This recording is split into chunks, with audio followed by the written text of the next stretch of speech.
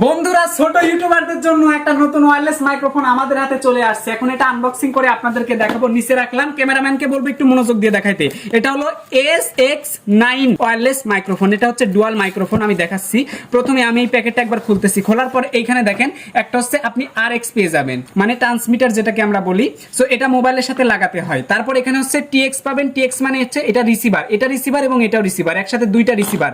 সাথে আরো কি কি পাচ্ছি চলুন আপনাদেরকে এক নজরে দেখাই। বাবারে বাবা, এই যে দেখেন এখানে হচ্ছে একটা মোবাইল থেকে type C to type C আমরা কেবল পেয়ে যাচ্ছি।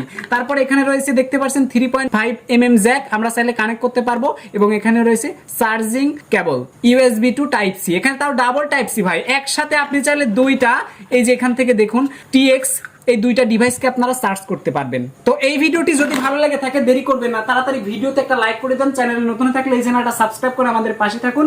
পরবর্তী ভিডিওতে দেখাবো এটার ভয়েস কোয়ালিটি কেমন। দাম কিন্তু একদমই কম।